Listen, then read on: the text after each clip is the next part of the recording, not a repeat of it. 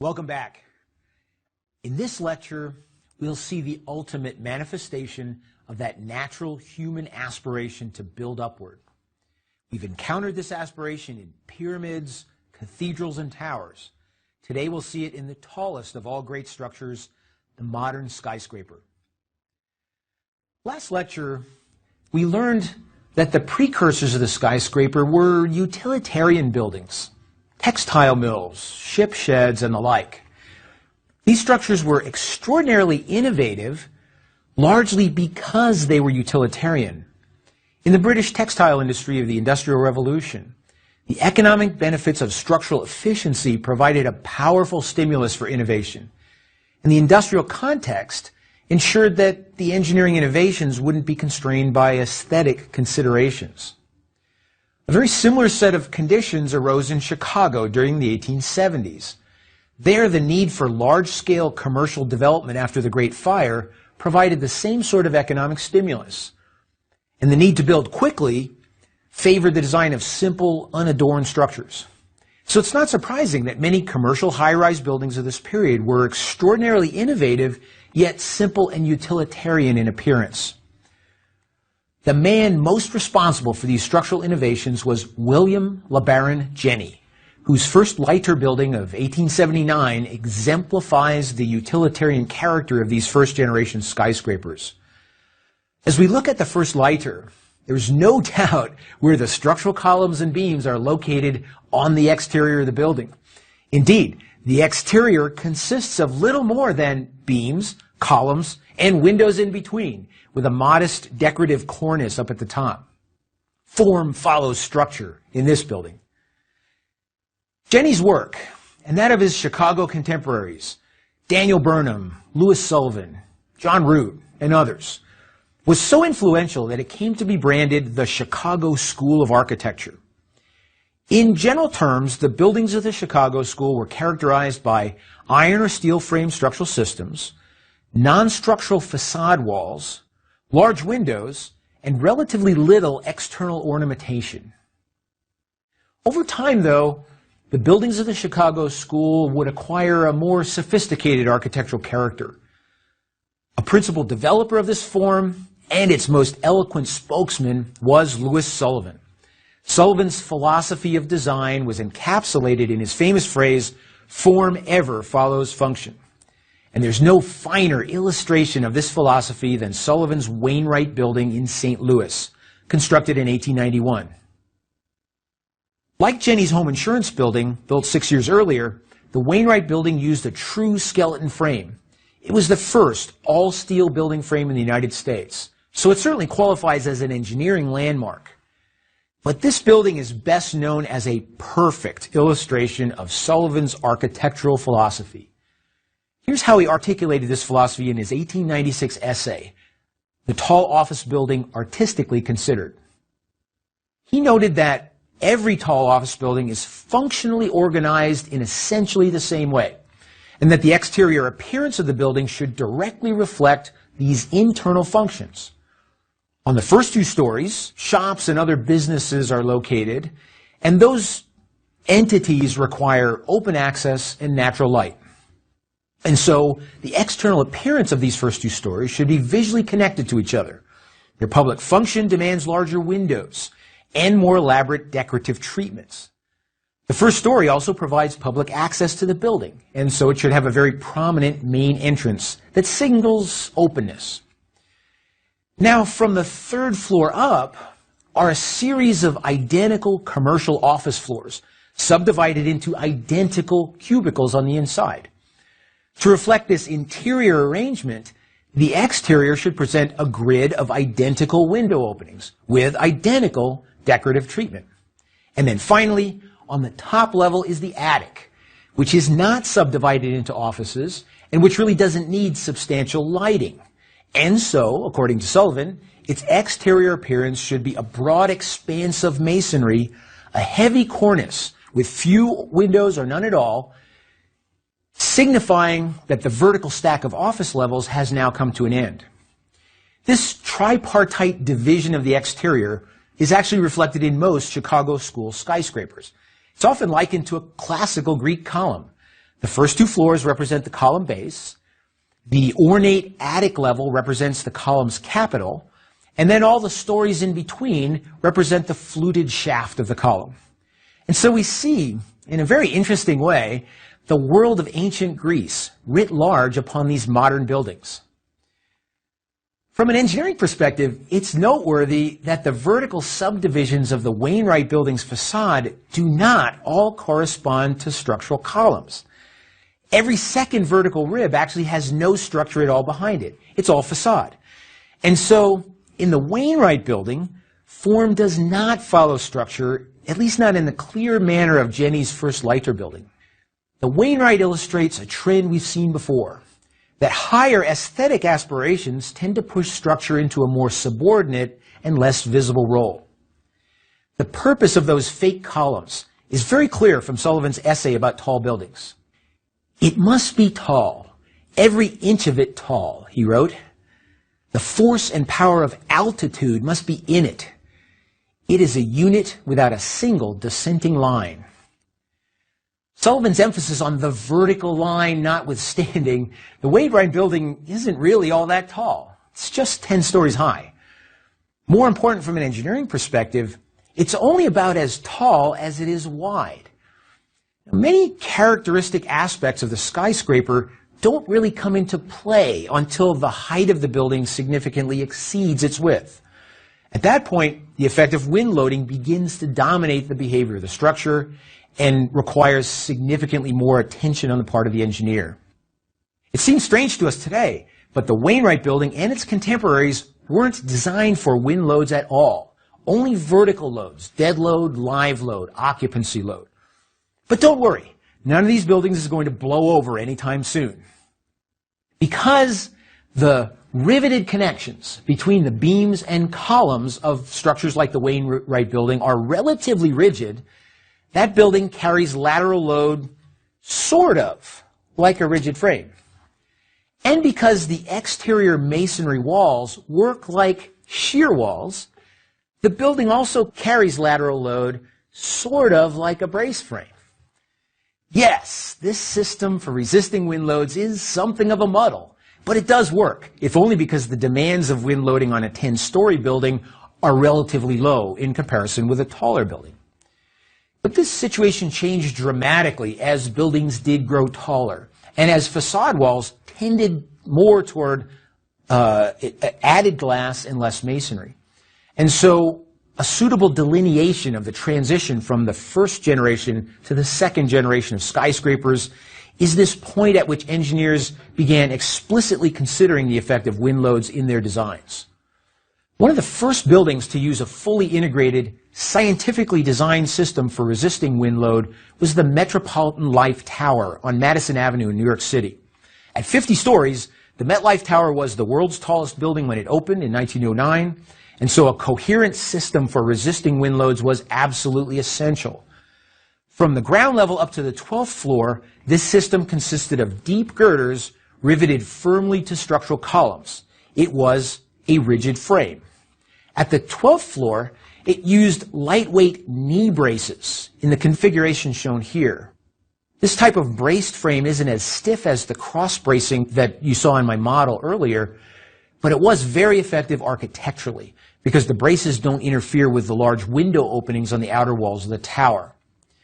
And using lighter bracing above was appropriate. At any given level, the bracing system has to be capable of carrying all of the wind load above that level. And so the cumulative load due to wind actually decreases with height, even if the actual magnitude of the wind force increases with height. The MetLife Tower is famously modeled on the Campanile of San Marco in Venice, a design decision that was made personally by the president of the Metropolitan Life Insurance Company. And here we see a significant difference between the first and second generations of skyscraper design. The buildings of the first Chicago school attempted to define an original architectural vocabulary for tall buildings. and their form was driven by their function as commercial spaces. But the skyscrapers of the early 20th century in New York City often borrowed architectural styles from earlier ages in an effort to satisfy the egos of corporate titans who saw their headquarters buildings as symbols of power and as repositories of culture. Of course, the ultimate expression of corporate power was height. During an amazing 23-year period, sometimes called the Great Skyscraper Race, the title World's Tallest changed hands 6 times. From the 1908 Beaux-Arts-styled Singer Building, 612 feet tall, to the 700-foot MetLife Tower, modeled on the medieval Campanile of San Marco, to the 792-foot Woolworth Building, a neo-Gothic wonder that earned the title Cathedral of Commerce at its opening in 1913, to the 927-foot Bank of Manhattan Trust Building of 1930, to the Chrysler Building, a 1,046-foot Art Deco icon decorated with automotive embellishments like winged radiator caps. The competition was intense. Within months of the Bank of Manhattan's completion, the Chrysler Building stole the title, World's Tallest, with a stainless steel spire that had been secretly assembled inside the building and then installed on top in just 90 minutes. But glory was fleeting as Walter Chrysler saw his world's tallest record fall to the 1,250-foot tall Empire State Building when that building grabbed the title just 1 year later in 1931. The Great Skyscraper Race might well have continued, but the Great Depression brought all the fun to a crashing halt. From an engineering perspective, the most important aspect of all these buildings was that they actually represent no significant structural innovations. Despite their astonishing height, they were designed as mainstream structures, direct applications of the skeleton framing system pioneered by William LeBaron Jenney in the 1870s, with only the addition of purposefully designed systems for resisting lateral wind loads to distinguish them from the earlier structural systems. In first century Rome, emperors constructed grand public buildings to win the favor of the masses and to symbolize imperial power. In 12th century Europe, the Catholic Church built grand cathedrals to glorify God and to place religion at the very center of everyday life. In early 20th century America, corporations built grand skyscrapers to demonstrate the power of capitalism and to symbolize national aspirations for world leadership. For the next great innovation in structural design, we now shift our focus back to Chicago, where it all began. There in the 1960s, an engineering innovation produced such a distinctive new generation of buildings that it was branded the second Chicago School. The hero of this story is Fazlur Khan, a Bangladeshi-American structural engineer with the firm of Skidmore, Owings & Merrill. Khan recognized that the traditional system for resisting wind loads had become too expensive. The traditional system, exemplified by the Woolworth Building, consisted of a forest of columns rigidly connected to a grid of beams at every floor, with each element contributing a tiny fraction of the overall load-carrying capacity of the structure. Fazlur Khan's insight was to view a high-rise structure holistically, as if the entire building were one huge structural element. And the most logical structural element to use as an analogy was the upright cantilever beam, with the lateral wind load acting on the structure as the equivalent of a transverse load applied to a cantilever beam. And because Khan knew, as you do, that a hollow tube is far more efficient than a solid bar in both bending and axial compression, he chose the hollow tube as the model for his innovative structural system. Khan's innovation is often called the framed tube. In this system, a rigid external shell of beams and columns provides the building's lateral load-carrying capacity. But remember, it's a hollow tube, and so that rigid shell is hollow in the center. All of the strength is in the outer perimeter of the frame. A framed tube is analogous to a major automotive innovation that happened right around the same time. Prior to the 1950s, Most cars had a load-bearing chassis with a bolt-on non-structural body. But by around 1960, this traditional configuration had been replaced by unibody construction, featuring an integrated chassis and body welded together and working as a single structural shell. And just as unibody construction was initially used only for passenger cars, not for trucks or buses, so Fosler-Kahn's framed tube is used exclusively for tall buildings. This system would really make little economic sense in a low-rise building where wind loads are much less significant concern. The framed tube has the added advantage of opening up more interior space for commercial use. In the Empire State Building, the forest of interior columns impedes space throughout the building. In a framed tube building, like the World Trade Center shown here, that forest of columns has been replaced by large expanses of uninterrupted space. The introduction of Fosler-Kahn's framed tube system initiated a renaissance in skyscraper design. Since 1970, many structures have adopted this same big-picture structural concept, but their designers have implemented it in a delightful variety of ways. The 100-story John Hancock Center in Chicago was designed by architect Bruce Graham, with Fosler-Kahn serving as structural engineer. It was completed in 1970.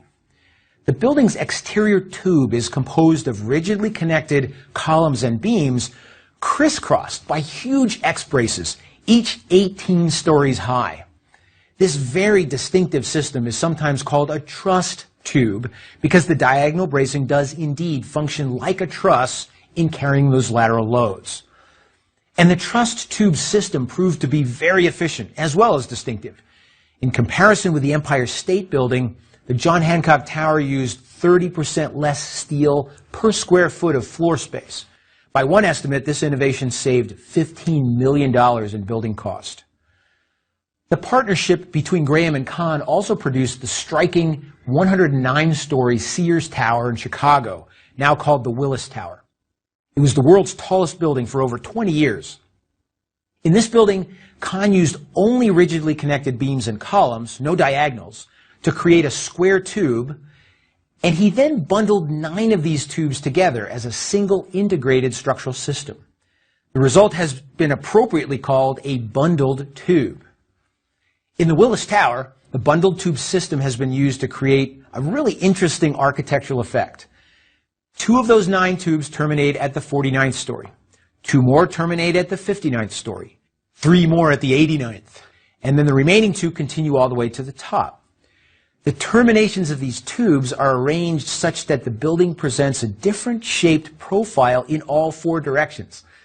Thanks to the bundled tube system, the skyline of Chicago received 4 buildings for the price of 1. The World Trade Center was a textbook example of the framed tube system. Built in 1972, each tower was a hollow tube composed of 47 heavy steel box columns on each side. These columns were welded to steel beams at each floor, forming a rigid lattice. The entire outer shell was assembled from modules consisting of 3 column segments and 3 beam segments as shown here. This shell carried all the building's lateral wind load and a portion of its dead and occupancy loads as well. The remaining gravity loads were carried by internal columns, which were all clustered in a central core that housed the elevator shafts, the stairwells, and the utilities ducts. As you can see here, the space between that outer shell and the inner core was uninterrupted to provide maximum flexibility for the building's occupants. This open space was spanned by lightweight trusses supporting concrete floor decks. In addition to supporting the floors, these trusses also had the critically important function of providing lateral bracing to the columns at each floor level. This configuration was architecturally successful, structurally efficient, and highly functional, but it would prove to be unexpectedly vulnerable to the terror attacks of September 11, 2001. We'll return to that story in a moment. But first, let's move ahead to 1977, when a dramatic new 59-story high-rise was completed in Midtown Manhattan.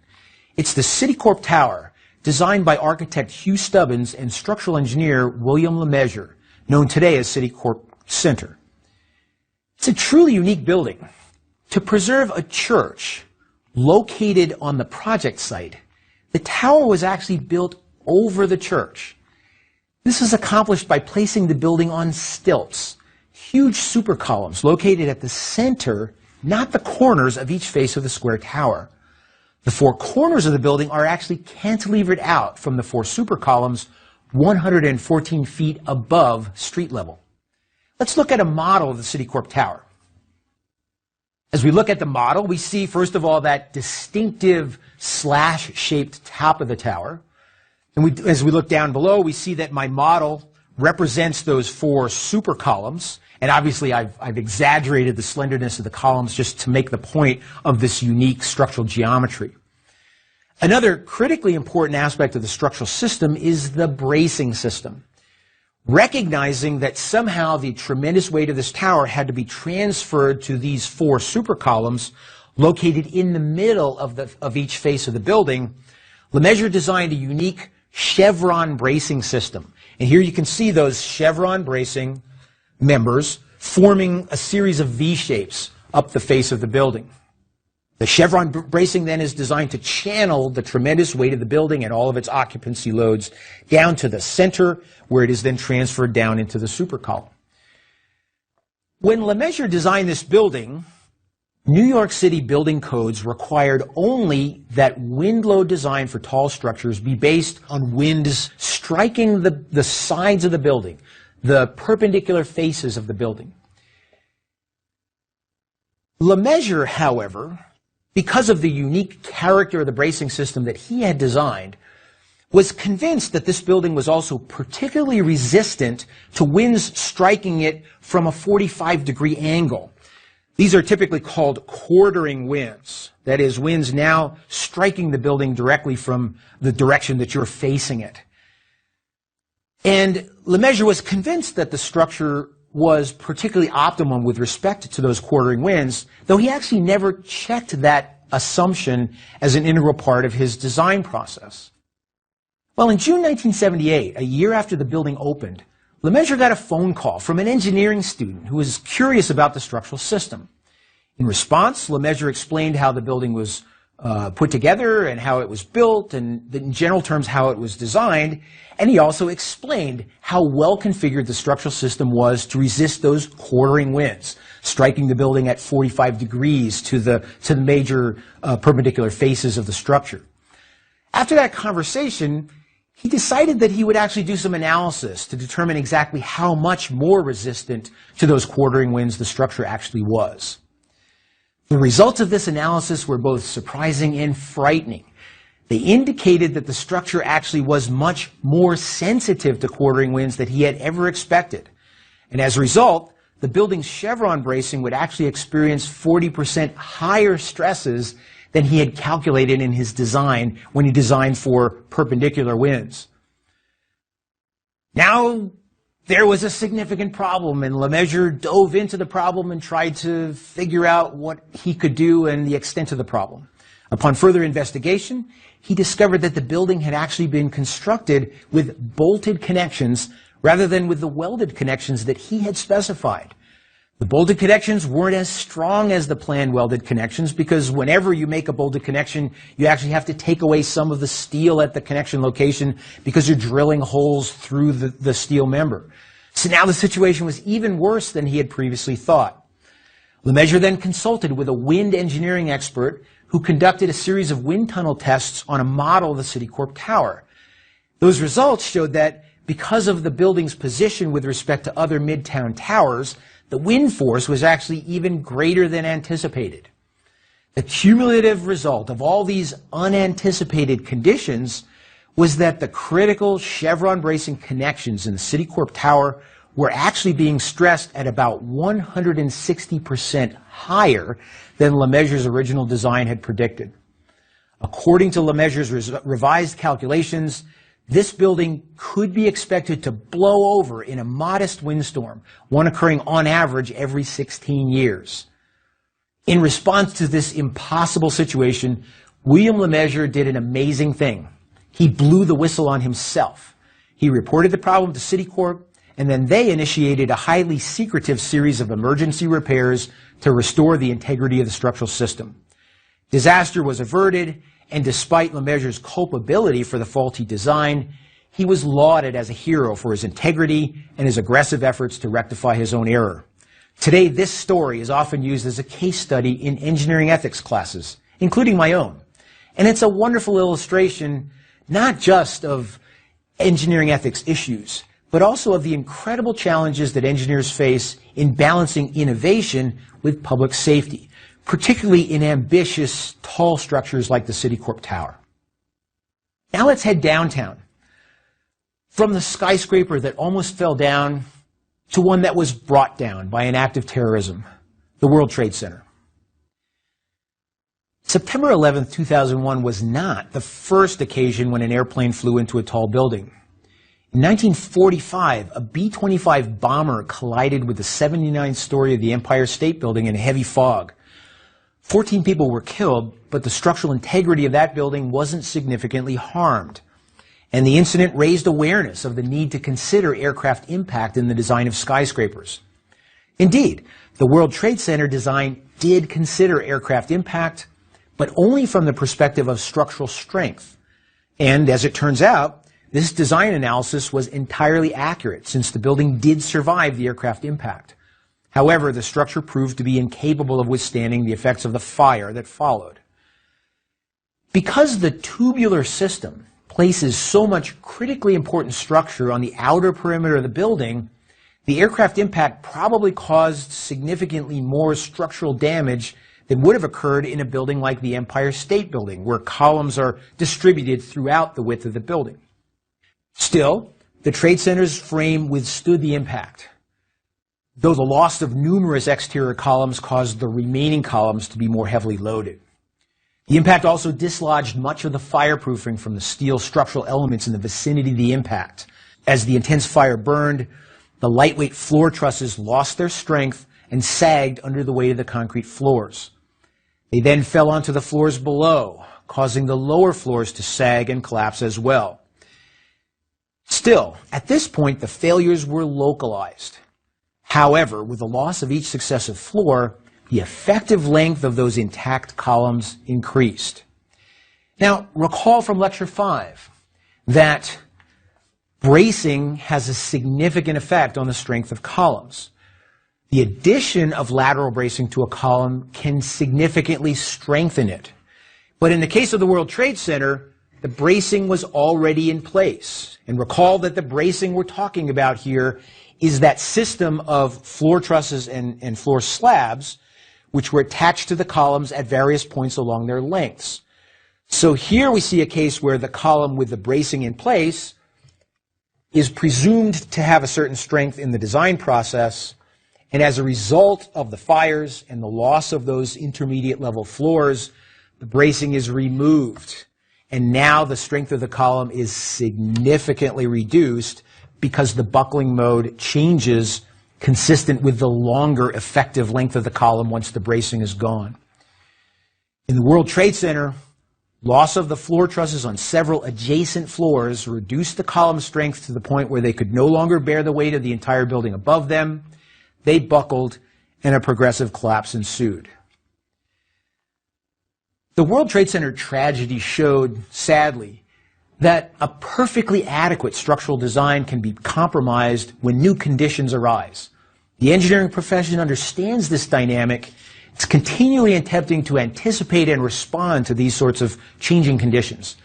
Today, protective design has become an important consideration in the design of all major structures. And perhaps the best example is the World Trade Center's replacement, informally known as the Freedom Tower. Designed to top out at 1,776 feet, this will be the new tallest building in New York City when it's completed in 2012. The structural system of the Freedom Tower is still a stiffened tube. It's still that structural form that was developed by Fazlur Khan, but it directly addresses the concerns raised by the World Trade Center collapse by using a more redundant outer steel shell and a heavy concrete core to protect the elevator shafts and stairwells. Throughout this lecture, we've seen the symbolic importance of the tall building, but none of its predecessors can approach the symbolic importance of the Freedom Tower, which will stand as a memorial to those lost on 9/11 and as a symbol of national resilience. During this lecture, we've examined 3 generations of skyscrapers. Next lecture, we'll see a surprising 4th generation, one that has produced new buildings of world record height. These buildings exemplify the extraordinary possibilities offered by our most versatile and underappreciated structural material, reinforced concrete. Until then, thank you.